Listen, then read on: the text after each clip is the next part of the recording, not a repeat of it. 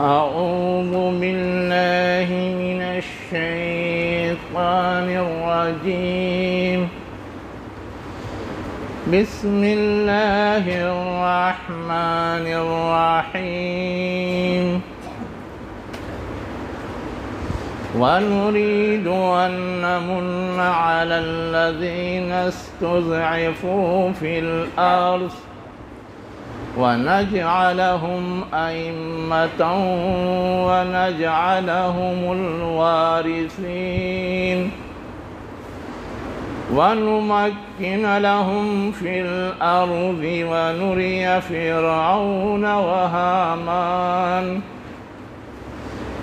فرعون وهامان وجنودهما منهم ما كانوا يحذرون۔ شروع اللہ کے نام سے جو انتہائی مہربان، ہمیشہ رحم فرمانے والا ہے۔ اور ہم چاہتے ہیں کہ احسان کریں ان لوگوں پر جو زمین میں کمزور بنا دیے گئے ہیں، اور ہم انہیں بنائیں پیشوا، اور ہم انہیں بنائیں وارث، اور انہیں زمین میں اقتدار عطا کریں، اور فرعون، حامان اور ان کے لشکر کو وہ چیز دکھا دیں جس سے وہ خوف کھاتے ہیں۔ یہ سورہ قصص کی آیت نمبر 4 اور 5 اور 6 ہے جو میں نے ابھی آپ کے سامنے پڑھی۔ ان آیات کے اندر جو بات بتائی گئی ہے وہ یہ کہ فرعون جو دنیا کا ایک ظالم شخص گزرا ہے، اور اس نے جن لوگوں کو ظلم کا نشانہ بنایا تھا، یعنی بنی اسرائیل، اللہ تعالیٰ نے جب دیکھا کہ اس کے ظلم کی حد ہو گئی ہے تو انہیں اس ظلم سے نجات دینے اور ان ظالموں کو ختم کر کے جو مظلوم تھے ان کو دنیا کا اقتدار، دنیا کی حکمرانی سونپنے کا فیصلہ کیا۔ اور تاریخ یہ بتاتی ہے کہ ایسا ہوا۔ فرعون اور اس کے لشکر ڈبو دیے گئے، موسیٰ علیہ السلام اور بنی اسرائیل بچا لیے گئے، اور بعد میں انہیں اسی علاقے میں وہ اقتدار نصیب ہوا جو وہ چاہتے تھے اور جس کا فیصلہ اللہ تعالیٰ نے کیا تھا۔ ابھی کل کا جو دن گزرا ہے 10 محرم الحرام، جس میں ہم اور آپ روزہ رکھتے ہیں، وہ اصلاً اسی واقعے کی یادگار کے طور پر ہے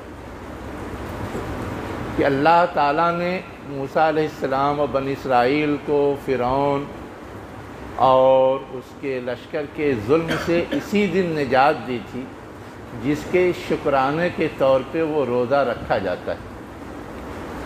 وہ لوگ تو ایک دن روزہ رکھتے تھے، لیکن اللہ کے رسول نے کہا کہ ہم اس سے زیادہ اللہ کے شکرگزار بندے ہیں، بننا چاہتے ہیں، ہونا چاہیے، اس لیے ہم ایک دن کے بجائے 2 دن روزہ رکھیں گے، چاہے وہ ایک دن پہلے کا ہو یا ایک دن بعد کا ہو۔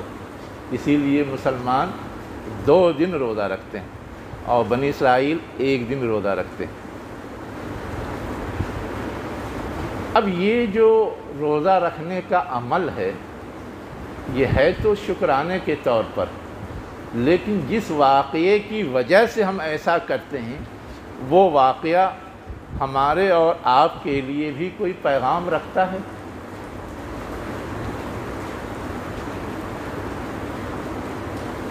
کیا ہمیں اور آپ کو یہ بات سمجھ میں نہیں آتی کہ دنیا کا نظام لوگ نہیں چلاتے، اللہ تعالیٰ چلاتا ہے؟ اگر لوگ چلاتے تو وہ اپنی مرضی ہمیشہ چلاتے رہتے، لیکن اللہ تعالیٰ چلاتا ہے اسی لیے جب وہ چاہتا ہے کہ حد سے معاملہ بگڑ گیا ہے اس کو کنٹرول کرتا ہے، اس کی تدبیریں کرتا ہے۔ فرعون کے ظلم کی حد ہو گئی تھی، اللہ تعالیٰ نے اسے تبدیل کرنا چاہا تو تبدیل کرنے کے لیے اسباب پیدا کر دیے اور وہ حالات تبدیل ہو گئے۔ ہم اور آپ بھی کچھ اسی طرح کے احوال سے گزر رہے ہیں، ملک کے اندر بھی اور دنیا کے اندر بھی۔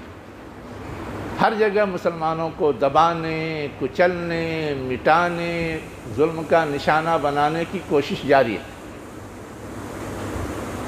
اور ہم اس سے پریشان ہو کر کے طرح طرح کی تدبیریں سوچتے ہیں، لیکن جو اصل مسبب الاسباب ہے اللہ تعالیٰ کی ذات، اس سے رجوع نہیں کرتے، اس سے التجا نہیں کرتے، اس سے اپنی فریاد نہیں کرتے کہ اس صورتحال سے نکلنے کا سبب اور راہ تو ہی پیدا کر سکتا ہے، تو پیدا کر دے۔ اب اللہ اگر کوئی راہ پیدا کرتا ہے تو اس راہ کے جو تقاضے ہیں ان تقاضوں کو پورا کرنے کی ذمہ داری ہم پر اور آپ پہ عائد ہوتی ہے۔ اگر وہ ذمہ داری ہم اور آپ ادا کریں تو اللہ کا احسان ہم پر بہت جلد ہو سکتا ہے۔ یہی بنی اسرائیل جو یہ شکرانے کے طور پہ روزہ رکھتے ہیں، جب ان سے نجات پا گئے فرعون سے، اللہ تعالیٰ نے کہا یہ فلسطین کا علاقہ ہے، اس پہ چڑھائی کرو، تم غالب آؤ گے اور ساری جو بادشاہی اور حکمرانی کی فیسلٹی ہے وہ تمہیں حاصل ہو جائے گی۔ انہوں نے بزدلی کا مظاہرہ کیا تو اللہ تعالیٰ نے ان پر ذلت تھوپ دی، اور نئی نسل جب تیار ہوئی اور اس نے یہ قدم اٹھایا تو پھر وہ حکمراں بن گئے اور غالب آئے۔ تو ایک کردار یہ بھی ہے کہ اللہ تعالیٰ نجات دے کر کے نوازنا چاہتا ہے، اس کے تقاضے کو جن کو نوازنے کا فیصلہ کیا اللہ نے، یا جو چاہتے ہیں کہ اللہ مجھے نوازیں، وہ اپنا کردار ادا کریں، وہ اپنا رول ادا کریں۔ وہی بنی اسرائیل، انہوں نے رول ادا کرنے سے اپنے آپ کو کنارے کیا تو 40 سال تک بھٹکائے گئے، لیکن جب ان کی نئی نسل تیار ہو گئی، آمادہ ہو گئی، اور انہوں نے جو ذمہ داری ڈالی جا رہی تھی کہ دشمنوں سے مقابلہ کر کے ان کے اوپر قابض ہوا جائے اور ان کے اوپر غالب آیا جائے، اس تقاضے کو پورا کیا تو وہ غالب بھی آئے۔ یہ پورا واقعہ اصل میں ہمارے لیے بہت سارے پیغام رکھتا ہے، جہاں یہ رکھتا ہے کہ اللہ تعالیٰ سے رجوع کرنا چاہیے اور وہ حالات تبدیل کر دیتا ہے، وہیں یہ بھی رکھتا ہے کہ اس حالات کی تبدیلی میں ہمارا جو رول ہے وہ رول ہم پلے کر رہے ہیں یا نہیں کر رہے ہیں۔ ہم وہ رول پلے کریں گے، وہ کردار ادا کریں گے تو نتیجہ جلد سے جلد برآمد ہوتا ہے۔ انہوں نے فوراً اگر دشمن پہ چڑھائی کی ہوتی، دشمن کا مقابلہ کیا ہوتا تو جلد سے جلد ان کو مل گئی ہوتی وہ چیز، لیکن نہیں کیا، تاخیر کی، بعد کی نسل نے اس کے لیے آمادگی ظاہر کی تو بعد میں انہیں وہ اقتدار اور وہ حکمرانی ملی۔ تو ہم اور آپ اگر اس صورتحال سے دوچار ہیں تو جہاں اللہ سے رجوع کرنا ہماری ذمہ داری ہے، وہیں یہ بھی ذمہ داری ہے کہ ہم یہ سوچیں، ہم یہ محسوس کریں کہ ہمارا کیا رول اس وقت ہونا چاہیے، ہمارا کیا کردار اس وقت ہونا چاہیے، ہم پر اللہ تعالیٰ نے ایسے موقع کے لیے کیا ذمہ داری عائد کی ہے، اس ذمہ داری کو ہم پورا کرنے کی کوشش کریں۔ عجیب حسن اتفاق ہے کہ یہی 10ویں تاریخ اس ذمہ داری کو یاد دلانے کے لیے بھی ہماری تاریخ کا ایک بہت بڑا حصہ ہے۔ یہی 10ویں تاریخ ہے نا جس میں شہادت حسین رضی اللہ عنہ کا واقعہ پیش آیا۔ حسین رضی اللہ عنہ نے جو اپنی قربانی دی، اپنے خاندان کی قربانی دی، اپنے رشتہ داروں کی قربانی دی، کس لیے دی تھی؟ کیا سبب تھا؟ اور ان کی اس قربانی کو ہم اور آپ جو یاد کرتے ہیں، اس یاد کرنے کا اس کے اندر کیا پیغام ہے، کیا سبق ہے؟ کبھی ہم نے اور آپ نے غور کیا؟ ہم جس انداز سے اس واقعے کو مناتے ہیں اس سے وہ پیغام سمجھ میں نہیں آتا۔ ہم تو ماتم کرتے ہیں، کیا ماتم کرنا اس کا پیغام ہے؟ ہم کچھ پیاسوں کو پانی پلانے کا اہتمام کرتے ہیں، کیا کچھ پیاسوں کو پانی پلانے کے لیے حسین رضی اللہ عنہ نے اتنا بڑا قدم اٹھایا تھا؟ تاریخ تو یہ نہیں بتاتی۔ یقیناً یہ چیزیں اپنی جگہ ایک اچھا عمل ہیں کہ پیاسوں کو پانی پلایا جائے، ماتم سے تو اللہ کے رسول نے منع کیا، اس لیے اسے اچھا عمل نہیں کہا جا سکتا، لیکن پیاسوں کو پانی پلایا جائے یہ ایک اچھا عمل ہے۔ لیکن اس واقعے سے یہ نہیں سمجھایا گیا ہے، یا اس واقعے کا پیغام یا پس منظر یا سبق یہ نہیں ہے۔ اس واقعے کا جو اصل سبق ہے وہ تو کچھ اور ہے۔ حسین رضی اللہ عنہ نے اتنا بڑا قدم کیوں اٹھایا تھا، اس سوال پہ غور کیجئے تو سمجھ میں آئے گا کہ اس کے اندر کیا سبق پوشیدہ ہے۔ حسین رضی اللہ عنہ نے جو یہ قدم اٹھایا تھا، ہم اور آپ جانتے ہیں یزید کی ولی عہدی کے خلاف اٹھایا تھا۔ ولی عہدی کا مطلب کیا ہے؟ کہ اس دنیا کے اندر جو اجتماعی سسٹم ہوتا ہے، اجتماعی نظام ہوتا ہے، اس کے لیے اللہ تعالیٰ نے اور اس کے رسول نے ایک اسوہ اور نمونہ دیا ہے، ایک طریقہ بتایا ہے۔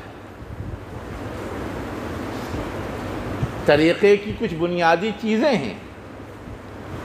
مثلا بنیادی چیز یہ ہے، اس دنیا کے سارے سسٹم کو اور نظام کو اللہ کی ہدایات اور تعلیمات اور احکامات کے مطابق چلنا چاہیے۔ حاکم اعلیٰ وہ ہے، آرڈر اور حکم اور ہدایات اور فیصلے اس کے نافذ ہونے چاہیے، انسانوں کی مرضی نہیں نافذ ہونی چاہیے، انسانوں کی اپنی چاہت نہیں نافذ ہونی چاہیے، انسانوں کے اپنے مفادات نہیں پورے کیے جانے چاہیے۔ دوسری چیز جو اس میں ہے وہ یہ ہے کہ جو شخص اقتدار کا بھوکا ہو، ذمہ داری اور عہدے کا طلبگار ہو، اس کو یہ منصب نہیں دیا جانا چاہیے۔ جو اس ذمہ داری کا اہل ہو اس کو مشورے سے دیا جانا چاہیے۔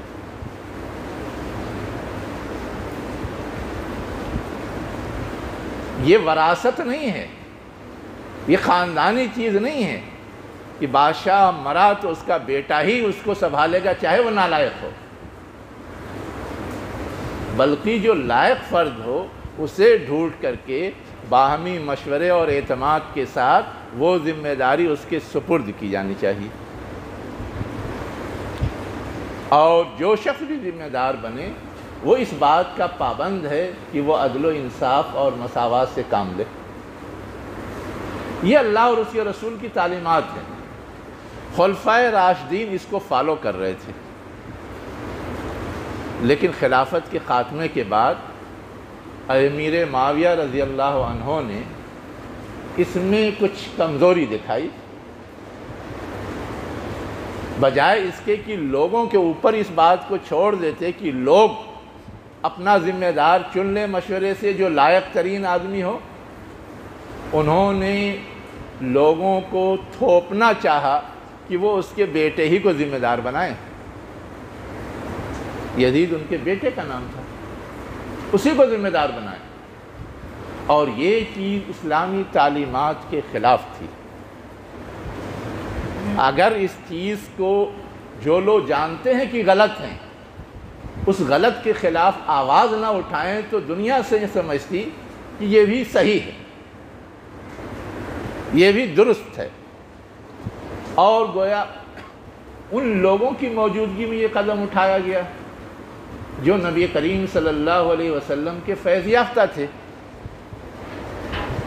جو نبی کریم صلی اللہ علیہ وسلم کے مشن کو لے کر کے آگے بڑھنے والے تھے، پھیلانے والے تھے، اس کی حفاظت کرنے والے تھے، وہ اگر چپ چاپ رہ جاتے، وہ اگر آواز نہ اٹھاتے تو دنیا سمجھتی یہ بھی درست ہے، یہ بھی جائز ہے، یہ بھی صحیح ہے، حالانکہ وہ چیز صحیح نہیں تھی اسلامی شریعت کے لحاظ سے۔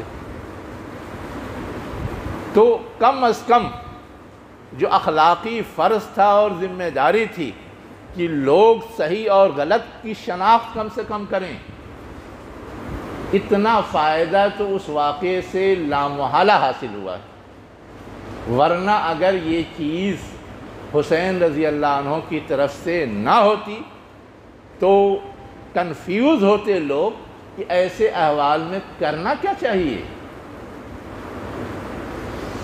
یہ اصل چیز ہے کہ دنیا کے اندر جب بگاڑ پیدا ہو رہا ہو، دنیا کے اندر جب فساد پیدا ہو رہا ہو، دنیا کے اندر جب اللہ اور اس کے رسول کے احکامات کی خلاف ورزی ہو رہی ہو تو چپ نہ رہا جائے، خاموش نہ رہا جائے، اس کے اصلاح کی کوشش کی جائے، جتنی ہمارے پاس قوت ہے اور طاقت ہے۔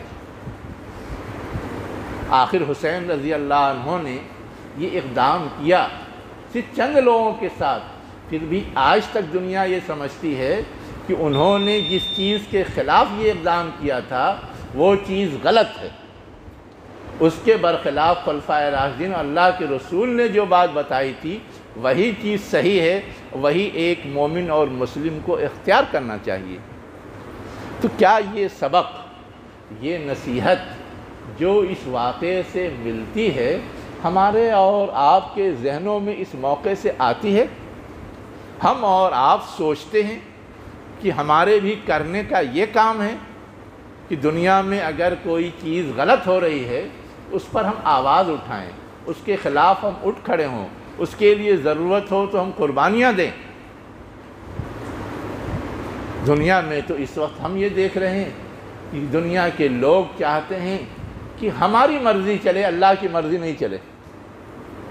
ہمیں کبھی درد ہوتا ہے، ہمیں کبھی تکلیف ہوتی ہے کہ یہ تو اللہ کی مرضی کے خلاف لوگ سوچ رہے ہیں، اللہ کے ہدایات کے خلاف سوچ رہے ہیں، رسول کی سنت کے خلاف سوچ رہے ہیں، اس لیے ہمیں اس سوچ کے خلاف آواز اٹھانی چاہیے کہ دنیا میں اللہ کے علاوہ کسی اور کی مرضی اور کسی اور کا حکم نہیں چلنا چاہیے، احکامات سارے کے سارے اللہ کے چلنے چاہیے۔ اگر ہم اس چیز کو سمجھیں گے تو ہمارے اندر یہ درد پیدا ہوگا، ہمارے اندر یہ احساس پیدا ہوگا، ہم یہ قدم اٹھائیں گے۔ ویسے ہی مختلف جگہوں پہ ہم اور آپ یہ دیکھتے ہیں کہ لوگ امیدوار بن کر کے آتے ہیں کہ عہدہ اور منصب ان کو دے دیا جائے، چاہے ان کے اندر صلاحیت نہ ہو، لیاقت نہیں ہو، لیکن مختلف اسباب سے یہ چیز چل پڑی ہے، غیروں کے یہاں بھی چل پڑی ہے اور ہمارے یہاں بھی چل پڑی ہے، چاہے ہمارے ادارے ہوں، چاہے ہماری جماعتیں ہوں، چاہے ہماری سوسائٹیاں ہوں۔ عام طور سے یہ ہے کہ جو لائق ہو اس کو لانے کے بجائے کوشش یہ رہتی ہے کہ ہم یا ہمارا نمائندہ، ہمارا قریبی، ہمارا رشتہ دار، ہمارا چاہنے والا بن جائے، چاہے اس کے اندر صلاحیت نہ ہو۔ کیا ہم کو اس وقت یہ احساس ستاتا ہے کہ یہ جو کچھ ہو رہا ہے غلط ہو رہا ہے؟ ہم کو صحیح بات کہنی چاہیے، ہمیں صحیح بات سجھانی چاہیے، ہمیں صحیح کے لیے کوشش اور جدوجہد کرنی چاہیے۔